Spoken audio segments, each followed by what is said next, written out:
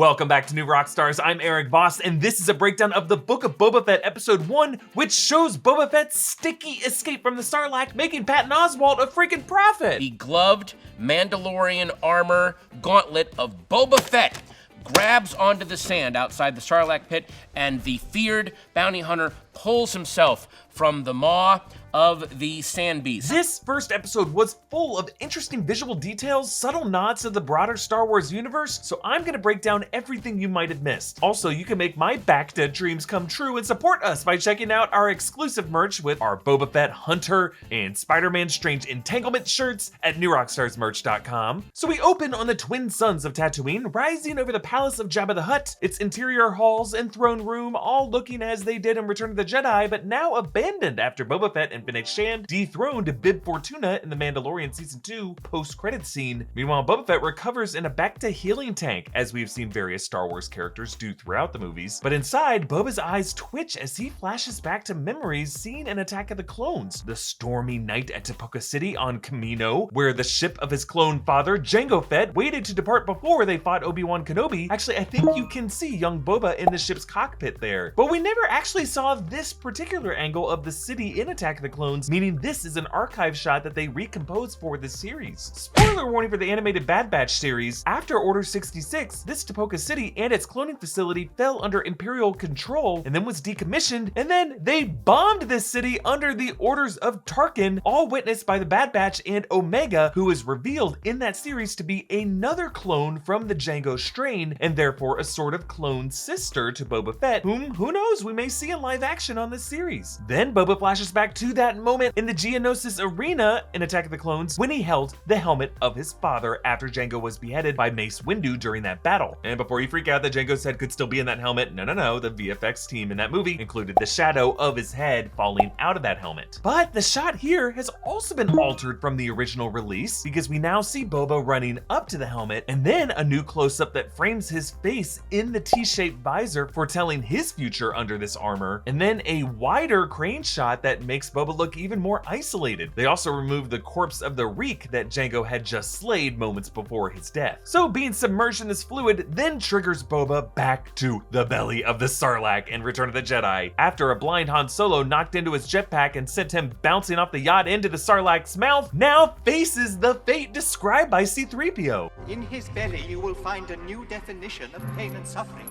as you are slowly digested over 1,000 years. And now we get to see and smell and hear and feel that new definition of pain and suffering, all from Boba's perspective, down to the beating of the Sarlacc's heart if you listen closely. And you can also hear the Sarlacc squeal way up above, which is the same sound effect from Return of the Jedi. Since he is now on his dying breaths, Boba, to survive, has to take oxygen from a stormtrooper's helmet, since the air down here would not be breathable. That stormtrooper is being absorbed into the tissue wall as fluids corrode his armor. Now, if you remember, there were not any stormtroopers in that scene of Return of the Jedi, so this guy must have been slowly digested for several years at this point. Maybe this guy was part of the same search crew who was looking for 3PO and R2 in the 1977 film, hopefully that a-hole who torched Owen and Beru. So Boba activates his flamethrower to burn and claw his way out of the belly. And then, like a zombie crawling back from the dead, he bursts his hand out of the sand. Behind him, you can see the wreckage of Jabba's yacht and a sandy Sarlacc tendril limp on the dune. Maybe this was the one that Han shot in order to free Lando. At no point do we see the Sarlacc's beak, so if you were one of the purists who were less enthused with the 1997 redesign, there's no sign of it here. Director Robert Rodriguez includes a POV shot from within the helmet as the T-visor crosses the glare of the first sun and then the second sun. Later on, Jawas roll up and pry Boba's armor off. This is the same group that Cobb Vanth later came across in The Mandalorian Chapter 9 in order to obtain that armor. Then he's approached by some Tuskens. Now yes, they do not travel in a straight line here, as Obi-Wan said they always do to hide the numbers. But this is also in a sandstorm, which hides their numbers just fine, and they do later ride their banthas in a straight line, so shut it. One of these Tuskens squirts worm fluid into Boba's mouth, and then he's like, ew, yuck. This could actually be the smelly dung worms of Maz Espa mentioned in the Phantom Menace game. Dog worm for sale. So they ride the banthas and they tow Boba behind them as a prisoner, and then he just gets dragged on his back, the overhead visual evoking the way Maximus was enslaved in Gladiator, also a character who rose high in the world. Composer Ludwig Göransson returns to The Mandalorian to score all of this, in this case with some men's choir vocals.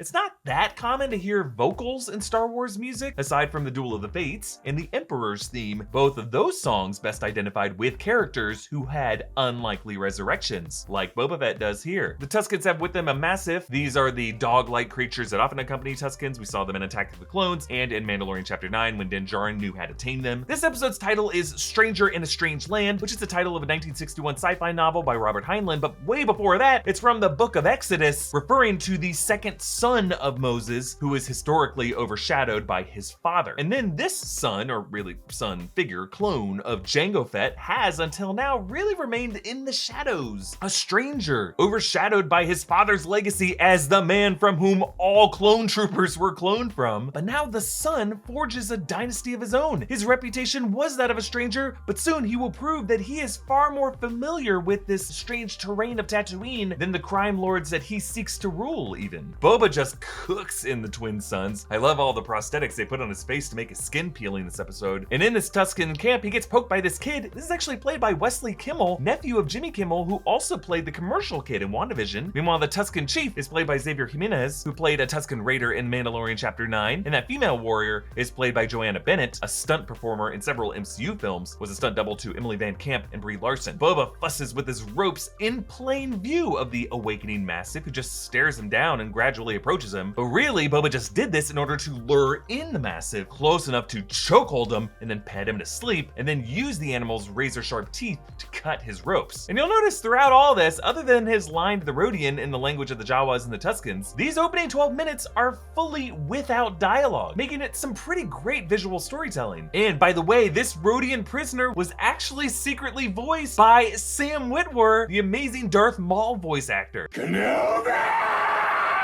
Then this nighttime gloom suddenly solarizes into high contrast as Boba wakes up to Fennec Shand, his mercenary companion whom he saved on Tatooine after she was left for dead in Chapter 5 of The Mandalorian. They both suit up in their armor. Boba's includes his signet that we've always seen. If you look closely, it shows a wheat sheaf, a drop of blood, and what looks like an Aurebesh D. Now that we know that this armor includes his father's chain code that explains his whole Mandalorian lineage, I'm wondering if this signet could be connected to his father's history with Jaster Muriel and their experience on the Mandalorian planet of Concord Dawn. And then of course he's got the signature dent in his helmet, which was going to be shown in an unfinished Clone Wars arc in which Boba Fett dueled with Cad Bane. Hopefully this backstory will come up in another flashback. Yes, I know, sifting through all these details can make things very complicated when you're trying to understand these things. Sometimes it feels like trying to understand how cryptocurrency works, right? But here's the thing. You don't have to be a galaxy brain playing 4D chess with Elon Musk to invest in cryptocurrency. Public.com is here to help, even if you're still struggling with 2D chess. Public.com is an investing platform that helps people become better investors. Members can build a diverse portfolio of stocks, ETFs, and crypto within a single platform. What makes Public so special is Public combines the ease of fractional investing with an educational community that makes it possible to learn and build your confidence. Public now offers 20 different cryptos for you to trade, including Bitcoin, Ether, Dogecoin, and even Shiba Inu. They also have educational resources and volatility reminders to keep you informed. There are 0 commission fees on standard trades and no account minimums to get started. It's also backed by big names like Tony Hawk, Will Smith, and some of the original investors in Venmo. New Rockstars joined Public, and you can see what trends we are following if you search for @NewRockstars in the app. So go to public.com/newrockstars and receive a free stock between $3 to $300 when you open an account with Public and deposit. The Aqualish leader is named Garfalaquax, and he's played by Barry Lowen, who's played a stormtrooper throughout Mandalorian Season 2. He offers a bunch of credits that are marked with the insignia of the New Republic, considering they have now replaced the Empire in their Imperial credits at this point in history. You can see the silver ones are stamped with the Aurebesh symbol for currency. And none of this is subtitled because they don't have a protocol droid to translate. We really need a protocol droid. Now, technically, C-3PO is still around at this point in history, but he's probably serving Leia Organa in her leadership role with the New Republic Republic on Chandrila, or wherever Leia is at this point. Now, if you look closely among that awesome concept art during the closing credits, there is an illustration of Boba on the throne with some protocol droid head on a platter at his feet. Instead, they use AD-8. That's Jabba's tortured droid returning from Return of the Jedi, but now he's voiced by Toast of London and What We Do in the Shadows actor Matt Berry. Presenting Doc Strassi, leader of the Trandoshan family, protectors of the city center and its business territories. Meanwhile, Doc Strassi is played by Robert Rodriguez himself. It looks like he's carrying a Wookiee pelt. You remember in Empire, Boba Fett wore a braided Wookiee pelt on his armor. Rodriguez will also voice the mayor of Mos Espa, Mok Shaiz, who here snubs Boba Fett and sends his major domo, a Twi'lek, played by Dave Pasquesi, character actor from Beep, a whole bunch of other stuff. First and foremost to me, a legend of improv comedy with his partner TJ Jagodowski, two guys whom, in 2009, I forced my college improv team to drive 4 hours to go see. Why was I bending over in this photo? Why didn't Philip take advantage of that pose? Oh wait, he did.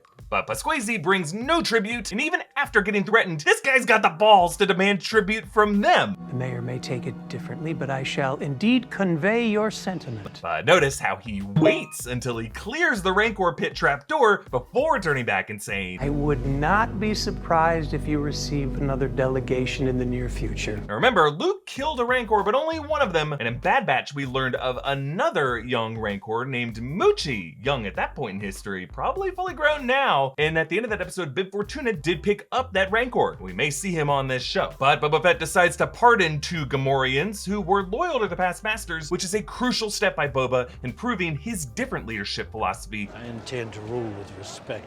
And then on to the city of Mos Espa. We visited this city in Phantom Menace, as well as Attack of the Clones, and the various things we saw in those movies, like Watto, Sebulba, the other pod racers, maybe Anakin's old friends like Kinster Benai, could all still be around this town. Here they stroll past a few droids that look like customized versions of the real-life Boston Dynamics robots, and then into the Sanctuary Cantina, where Max Rebo and perhaps Figrin Don return. Max was on Jabba's yacht in Return of the Jedi, somehow survived. If you listen closely, the music they are playing is actually a modified version of the classic Cantina theme.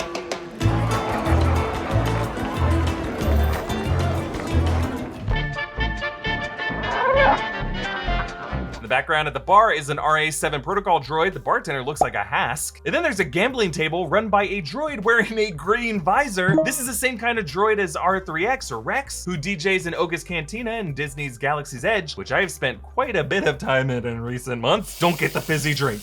It hurts. Some sexy Twi'leks fill their helmets with tribute credits as Cantina owner Garsa Whip, Jennifer Beals, greets them. And you are always welcome, as it is yours now. Yeah, she plays the act well, but it seems like Garsa doesn't yet respect Boba's rule and might have had a role in the ambush outside, which is probably that second delegation from the mayor that the Major Domo referred to. The assassins use electro staffs like the one used by General Grievous in Revenge of the Sith. Also red-tinted shields, likely the same tech as the shielding on Naboo that Darth Maul, Qui-Gon, and Obi-Wan dueled through. At one point, Boba lends his knee to boost Fennec, but really their opening is thanks to the Gamorreans, who show how Boba's choice to rule with respect pays off more than ruling with fear. This whole debate over how best to rule really goes back to political theorist Machiavelli, who pondered whether it's better for a ruler to be feared or to be loved. Machiavelli's conclusion is that the most virtuous ruler is governed by no single dogma, but really applies whatever response is necessary according to each situation, the ends justifying the means. So applied here, Boba Fett's desire to be respected really must be balanced by Fennec Shan's desire to be feared, and only together does this good cop, bad cop routine function according to the true Machiavellian philosophy. They're able to overwhelm the assassins who try to escape, but Boba pulls a Favreau and straight up Iron Man's one of them.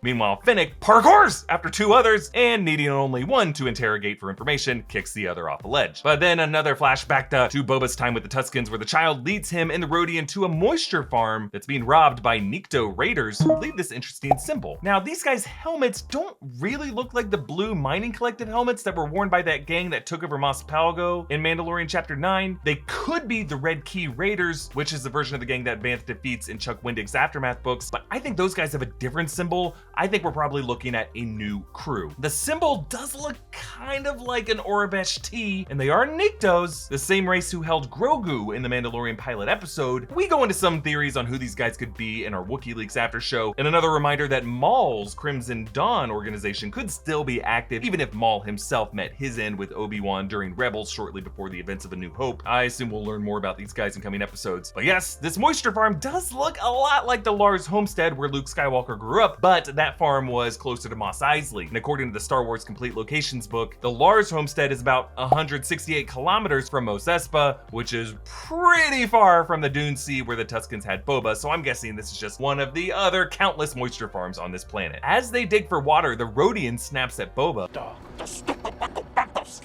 Slimo is a slur translating to slime ball, which we heard Anakin say to Sebulba in Phantom Menace. You scrawny doughpot, Slimo. Then Boba Fett mentions heading to Anchorhead to get off world. Anchorhead is an old settlement first mentioned in the 1977 film. Look, I can take you as far as Anchorhead. You can get a transport there to Mos Eisley or wherever you're going. But the Rodian accidentally uncovers a 6-armed beast who attacks. Now, I don't think this creature is known in any Star Wars canon, but its design does evoke the stop-motion-y aesthetic and designs of Ray Harryhausen. I actually love how it can grizzly bear up on its hind legs and use its 4 top limbs like Goro in Mortal Kombat, but then can also shift its middle legs down to the ground so then it can run faster, kind of like a centaur. And, oh, this is so sad, as it presses down on the Rodian's hands just go limp. But Boba manages to slay this beast by using his own slave chains to strangle it, just like how Leia used her slave chains to strangle Jabba the Hutt, the crime lord that Boba Fett is now supplanting. Back at the camp, the child returns with the beast's severed head, suggesting this monster might have plagued the Tuskens as a kind of boogeyman. It's looking like this kid is taking credit, but Boba allows it because the chief knows better, sharing with Boba a drink of water, a crucial token of life here in the arid desert. But most important detail of this moment, Boba is carrying this kid's simple wooden stick that he grappled over this whole episode. It looks like it's a low-level training stick as this youngling works his way up the tribal hierarchy to the fully formed curved gaffy stick carried by Tusken Raiders, as you see the chief wielding. And when we saw Boba first show up on The Mandalorian, he carries one of those fully formed ornate gaffy sticks, showing that this guy will one day rise to the higher ranks of this tribe. And right here, he is taking the first step of that journey from the lone wolf bounty hunter to a trusting member of a collective. A lesson that, as ruler of Jabba's cartel, he will try to pass on to the people who are least receptive to that critical message. And I can't wait to see him try. A reminder that our Strange Entanglement shirt, one of my favorite all-time shirts from New Rockstars, is available at newrockstarsmerch.com, along with our Boba Fett inspired hunter design. Both of them are limited edition, both are gonna sell out quickly. So get your hands on those and follow me at EA Voss, follow New Rockstars, subscribe to New Rockstars for more analysis of everything you love. Thanks for watching, Boba.